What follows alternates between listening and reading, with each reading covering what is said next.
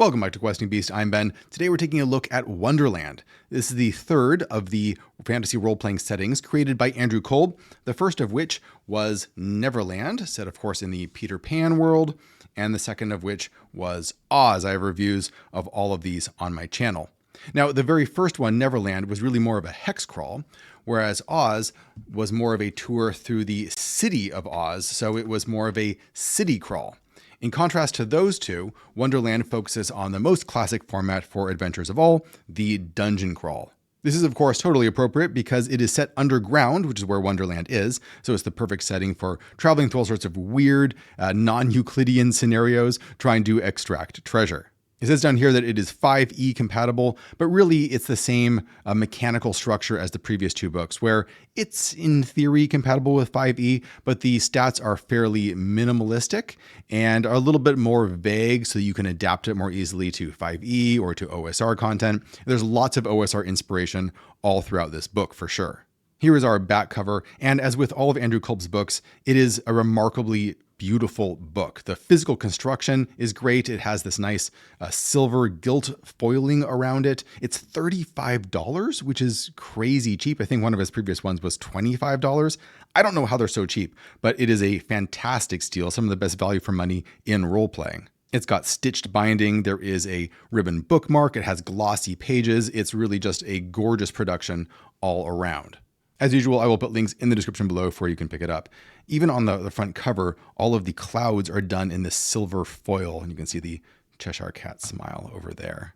Before we start digging into Wonderland and some of the really interesting innovations actually that it makes in the megadungeon format, I should point out that I'm in the middle of running a giveaway for my channel. I'm giving away this deluxe copy of the Break role-playing game, which I reviewed recently. It's going to go out to one random person who is subscribed to the Questing Beast newsletter at the end of March. I'll randomly pick a email address from all of the subscribers to the newsletter and send this out to them. So best of luck to everybody, and make sure to get down there and subscribe in the links below if you are not already. All right, what do we get inside here? Quick block reference. I will explain what this means in just a second once we get to the central conceit or the format that this uses for a dungeon crawl. All of the design and artwork is pretty much all done by one guy, Andrew Kolb. Let's see right here in the table of contents. So he's the lead writer and developer, and he also does the cartography, graphic design, cover, and interior illustrations. That's an amazing amount of work for one guy, and it really shows because when you have one person doing all of these things, then it has a very coherent feel to it.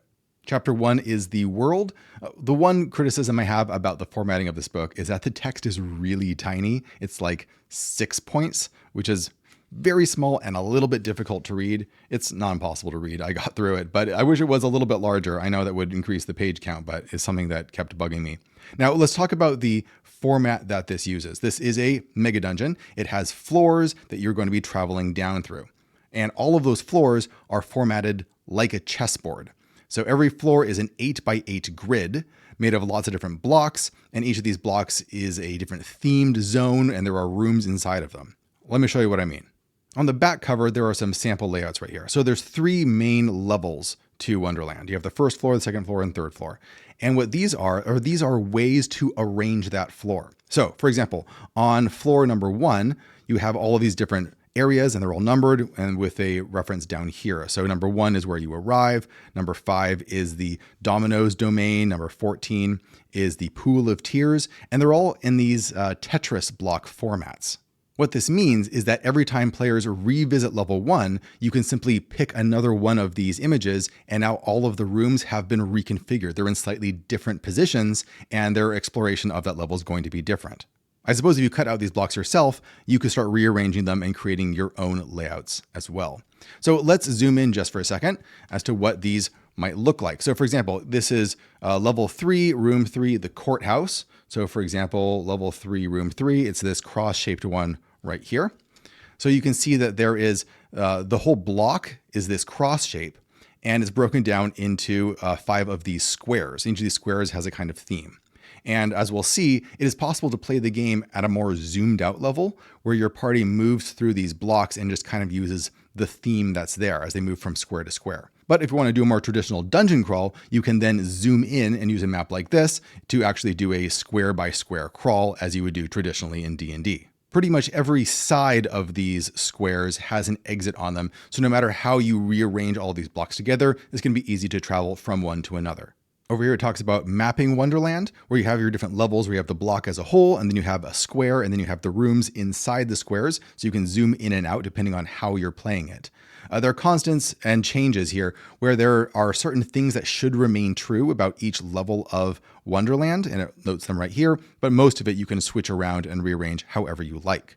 There's also looking glass land, so whenever you find a mirror anywhere in the dungeon, it's going to lead you to the mirror universe of Wonderland, where it's the exact same room, but everything is flipped from left to right. The main intent here, I think, is to play this traditional dungeon crawl style where you're getting XP for gold. So you're delving into the dungeon, you're trying to find treasure, and then you're trying to get out again back to the real world, and then you get the XP for however much you manage to pull out. However, you can also set social goals as well, and of course you could create XP rewards for those. So that's the traditional dungeon crawl. You can also play things at a more abstracted board crawl level, where you just focus on the squares that you're in, and you just move from square to square. I imagine that this is going to allow you to travel through the dungeon much more quickly, and you're going to be able to get a lot more content done at the cost of a lot of the details and the specificity of going room by room. The third form of exploration is going to be the depth crawl, and that is the format that was invented by games like the Gardens of Yin and the Stygian Library, which I have reviewed previously, where it has a more abstract means of traveling through one particular area. You don't use the depth crawl to go through the entire dungeon of Wonderland. You only use it in certain areas. I'll give you examples of that once we get to that.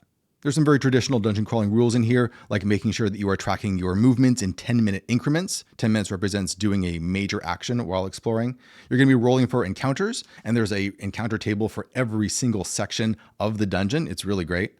To keep up the pressure on the players, there is two nemeses, the Almost Alice, which is like this clockwork doll, and the Glass Gorgon, which only exists in the mirror side of Wonderland, that are constantly hunting down the players, because the players are not from Wonderland, they are intruders from the outside world, and if you roll the wrong encounters, then these beings will get closer and closer to you, keeping you on the move at all times.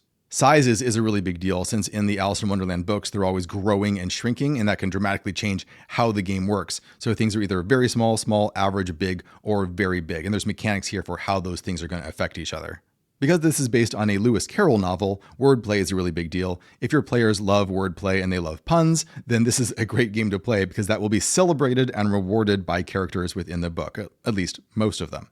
There's also a number of factions that you can deal with. There is the Bone King and the Dominoes, which are on the first floor. And then there is the kind of chess pieces that are on the second floor, and then the cards, which are on the bottom floor. And the deepest and least accessible level of Wonderland is the Sleeping, which is kind of the final boss, but it doesn't tell you what it is. You can make that up for yourself. It might be little Alice herself, who is asleep and dreaming all of this. I mean, I understand that they want you as the game master to come up with this sort of final encounter, but it would be nice if there was more details on at least one idea that you could use just to make things a bit easier for the game master. Another dimension that can be encountered to some degree is Pandemonium, which is the plane of dreams itself. It's related to Wonderland, but distinct from it. And beings from Pandemonium, called the Dreamons, every so often show up in Wonderland and cause havoc in different ways, and you have to deal with that. There's some advanced rules and mechanics here. For example, there's rules for carrying treasure if you want to be more strict about carrying capacity, which I would recommend. I like that whenever I'm doing dungeon crawling. There's a section here on vertical map making for when you need to quickly create these vertical maps of areas that you can explore. I read this a couple of times, and frankly, I found it a little bit confusing as to exactly how you were supposed to use it. So maybe that could have been a bit better explained. But this section on chase sequences is really nice, because especially when it comes to the Almost Alice and the Glass Gorgon, you're definitely going to have things chasing you. And this has detailed mechanics for how to make that tense and strategic.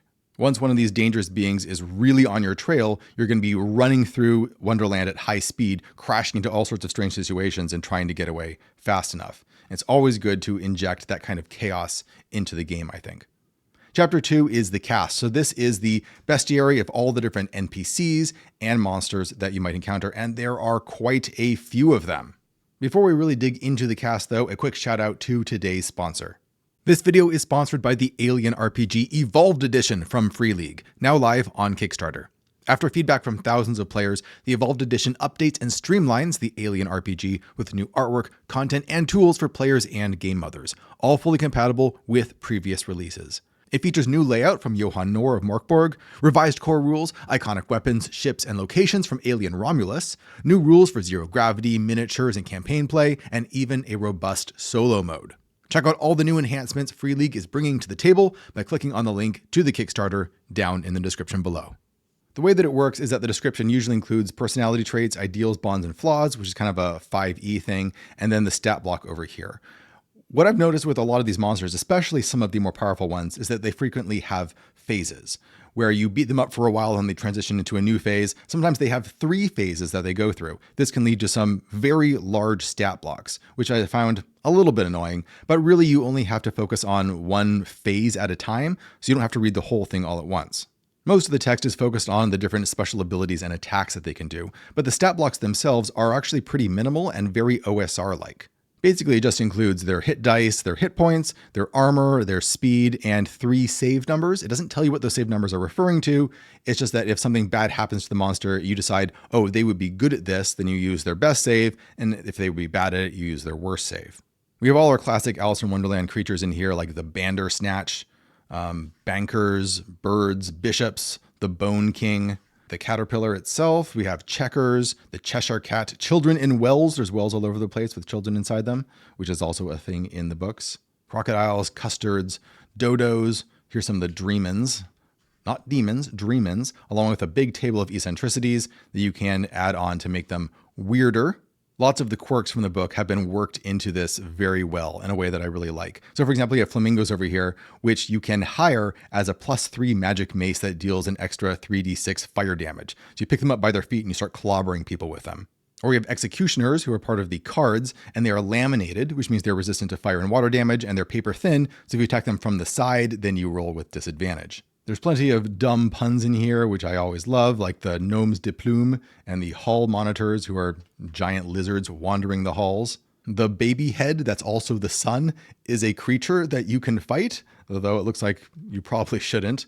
The Heart King, you have some knaves, you have the Humpty Dumpties, you have the Queen of Hearts, the Jabberwock itself, that's been around in D&D for a very long time. It has lots of great references to the book, like the jaws that bite and the claws that catch and the burbling tongue. Most of the special abilities and attacks on the monsters just do different forms of damage, but every once in a while there are some really clever, unique little abilities that can shift around the battlefield and are a lot of fun. So for example, this character Lilith can dull your blade or teleport you around. They can make all of your potions explode in your pockets, things like that. Creatures from the mirror dimension, the March Hare, mockeries. You can meet Nobody himself. Variety of playing cards. Serpents, rival fighters, mages, and thieves. So these are rival adventuring parties. There's some examples over here. For example, you could meet Fez, Viz, and Ingo, a reference to the Princess Bride. There's other things like the Sleeping, which is the big boss that's all the way down there at the bottom. The Snark, because you might want to hunt the Snark. The Tea Party itself with the Dormouse, the Hatter, and the March Hare. And you can fight them individually, but they all have team-up abilities where 2 or 3 of them might attack you all at once and do these combo moves, which is really fun. There are some things that I wish were fleshed out a bit more. So for example, the Tea Party is stuck in this time loop, doing tea time over and over again because they have accidentally killed time, and they want to bring time back again to be freed from this loop. How exactly you unkill time is really not explained very intentionally. That's something that you and the players have to work out for yourself. And again, that's one of those things that I understand what the author's doing here, but it would be nice if there was some suggestions at least to make things a bit easier. And of course, here's a stat block for time if you want to actually fight time. Tweedledum and Tweedledee, the Walrus and the Carpenter, the White King, the White Queen, and the White Rabbit. The last section, chapter 3, is all of the different blocks that can be moved around and shuffled through Wonderland. Well, actually, there is an appendix after chapter 3, but this is really the main last section right here. So here's the quick block reference. This is also over here in the beginning end pages, where you can quickly see what all of the different rooms you have available to you, what they are, what page they're on, and a short description of them. That's really nice as a reference. Strictly speaking, you don't have to stick to the 8x8 chessboard format. Really, you could grab a whole bunch of these and reconfigure them into any kind of shape that you want. You could build your own dungeon very easily using all of these different pieces. So let's look at an example block. So here's a block, and it's also just one square. And we have a D20 encounter table, so you can roll on that. And then you have lots of subtables that can help flesh out the room even further. There's a table of block quirks right here, which can change the entire block, like lower gravity or filled with dense fog. Accidents waiting to happen. These are basically traps that could be triggered by the encounter, like a small area rug over a 5-foot wide pit, or a small potted plant that falls from above, save or take some damage. A table of creatures or NPCs over here that you could run into, and it also has the numbering from playing cards over here. So if you have a deck of playing cards, you can flip those over and get information that way. The suits of those playing cards also map onto these smaller tables. I really like these tables down here, actually, conflict and loot. There's going to be loot, or at least potential loot, in every single room. So there's plenty of treasure to explore, but it's usually not just bags of gold. It's always unique items, and that's a lot more fun. Like maybe there's a silver wax seal stamp, or a glass sugar bowl, or ruby earrings. And there's also conflicts, but the conflicts are kept pretty vague, so you can easily adapt them to the different situations. Like, I was robbed, or the white rabbit is wrong, or it's locked up in the armory. We need their permission. They fled to the aviary. The bishops lied to us. You can interpret that in lots of different ways to create conflicts in every area. Each block is always described on a 2-page spread, so you never have to flip around to other pages. First impressions and the block-specific mechanics are always highlighted at the top, so they're very easy to find. More random tables to add more detail. And in cases where the block is fairly small, the author adds in multiple versions of it, so you can pick one to keep things being shifted up all the time. Descriptions of what's going on inside the more detailed pictures are done in a very clear, straightforward format where you have bolding, you have these bullet points. It's very easy to reference and very easy to read. What I notice is that the room descriptions themselves often don't have a lot of super interesting stuff in them. That stuff is going to be generated by the loot and the conflict and the creatures and all of this stuff that's going to be put into each of these rooms rather than being listed directly on it. Other zones include the aviary, so you can see that the 3 squares over here each have their own label for the different areas. So ground habitats kind of corresponds to this. Treetops and bird houses are over here, and bird cages are over here. What's interesting is that in many cases, the vertical dimension and the horizontal dimension are kind of mixed up, and I think that's intentional. So for example, this section over here is the tree tops. So if you're in one of these trees and you fall out of these trees, you actually land down here, implying that this is actually above this in some way. This can create some very strange situations where you're higher up in the vertical dimension, and then you leave this block into another, and then you come back to this one and you end up back on the ground floor. Players are going to have to get used to thinking in weird dimensions. There is a ton of information all through this, so we can flip through it so you can get a sense of it. Domino domain, so some of these areas are quite large and very detailed, while some of them are really small. The Duchess's Manor, the Escherian Stairs. I read this. I was kind of confused about how this is supposed to actually be run. You can roll a d6. This is as much as I understood it. You can roll a d6 to figure out what direction things are pulling you in. So for example, if it says, if you roll 2 south wall, then all of your characters would actually walk on top of all of these areas like this, like their characters would be standing this way. And if it was pulled downward, then your characters would be walking this way. But it's going to be very hard to keep track of exactly where they are using just these diagrams. The fungal caves, a hallway. A lot of them have really fun mechanics. Like this one changes your size when moving between squares. Smaller one way, bigger the other way, determined by the game master. Size doesn't revert when leaving the block. So if you enter this block from one direction, you can make your character get really big by going one way or get smaller by going the other way. It's a great way to change the size of your character if you need them to be a certain size for another area. The mill, the mustard mine. So the mustard mine, here's an example of a depth crawl like we saw in the Gardens of Yin. You always start at section 0, and you're going to be successively rolling dice, d4s usually, to see how much further you get into this. So you're not going to see every location automatically. It's going to be semi-random how far you can push throughout this sequence of areas. The observatory, another example of an area where you're actually climbing up a mountain and into this building and getting higher and higher to the top of this tower, even though it's laid out horizontally. So just don't think about it too hard. The Pool of Tears, the Tea Party's Estate, if you want to meet the Mad Hatter, Wasteland, the White Rabbit's Cottage.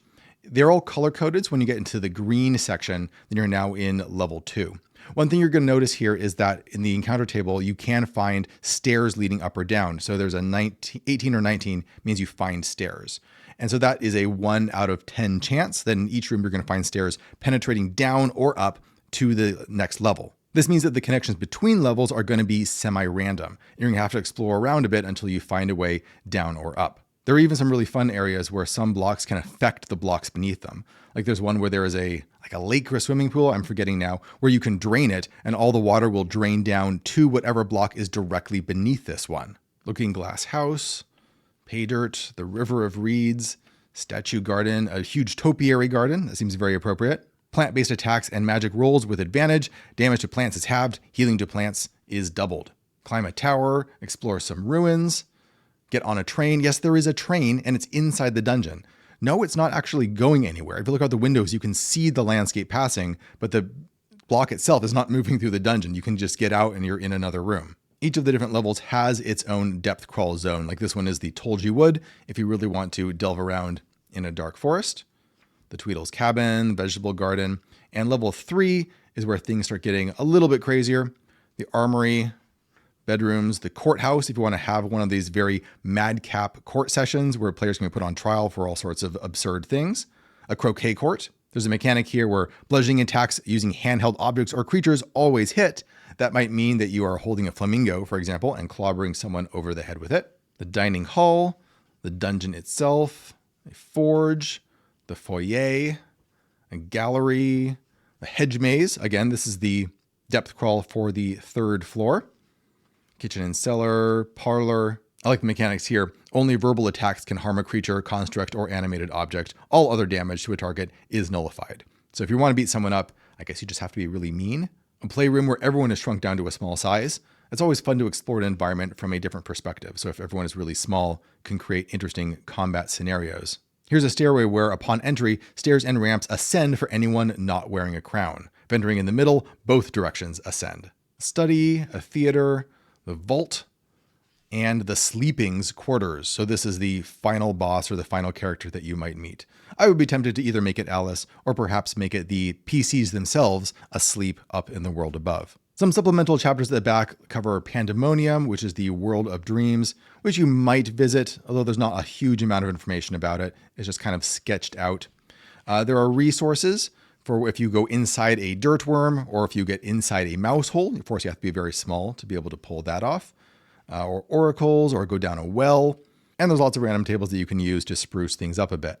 There are some adventures that you can generate right here, like deliver, roll odds and ends, or loot to location, or help, roll encounter, capture, an encounter. Of course, if you wanted even more ideas for NPCs or encounters or adventures, you could always look up things in Knave 2nd Edition, which is my RPG toolkit, which has tons of random tables for generating stuff for any role-playing game, really.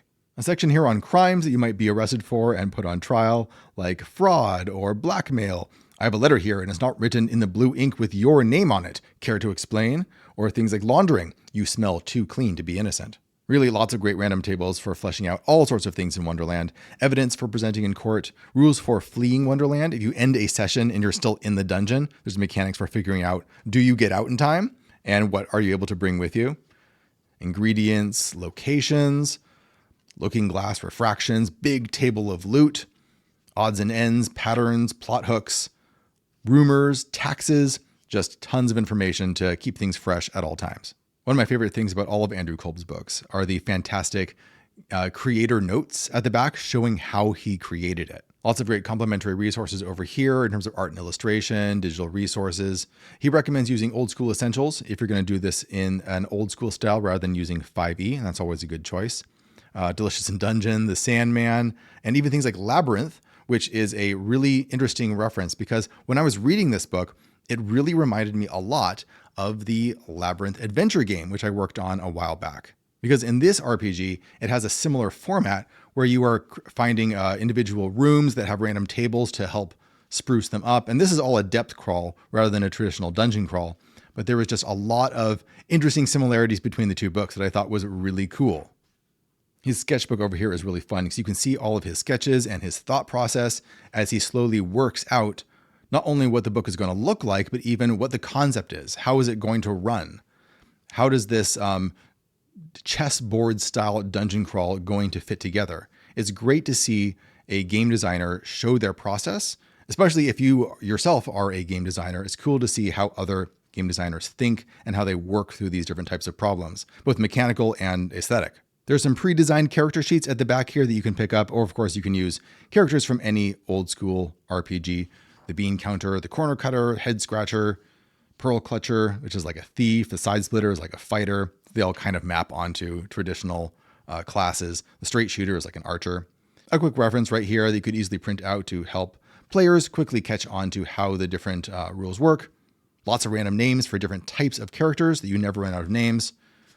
There's this cool, I'm going to turn this around here, chessboard style map that I guess you could use to mark your location inside the dungeon. And there's our other inside cover. So there it is, Wonderland, the final piece in Andrew Kolb's trilogy. And I like this maybe the most of all of the Andrew Kolb books that I've read because, I mean, it's a dungeon crawl and I do love dungeon crawls. I love how easy this is to run.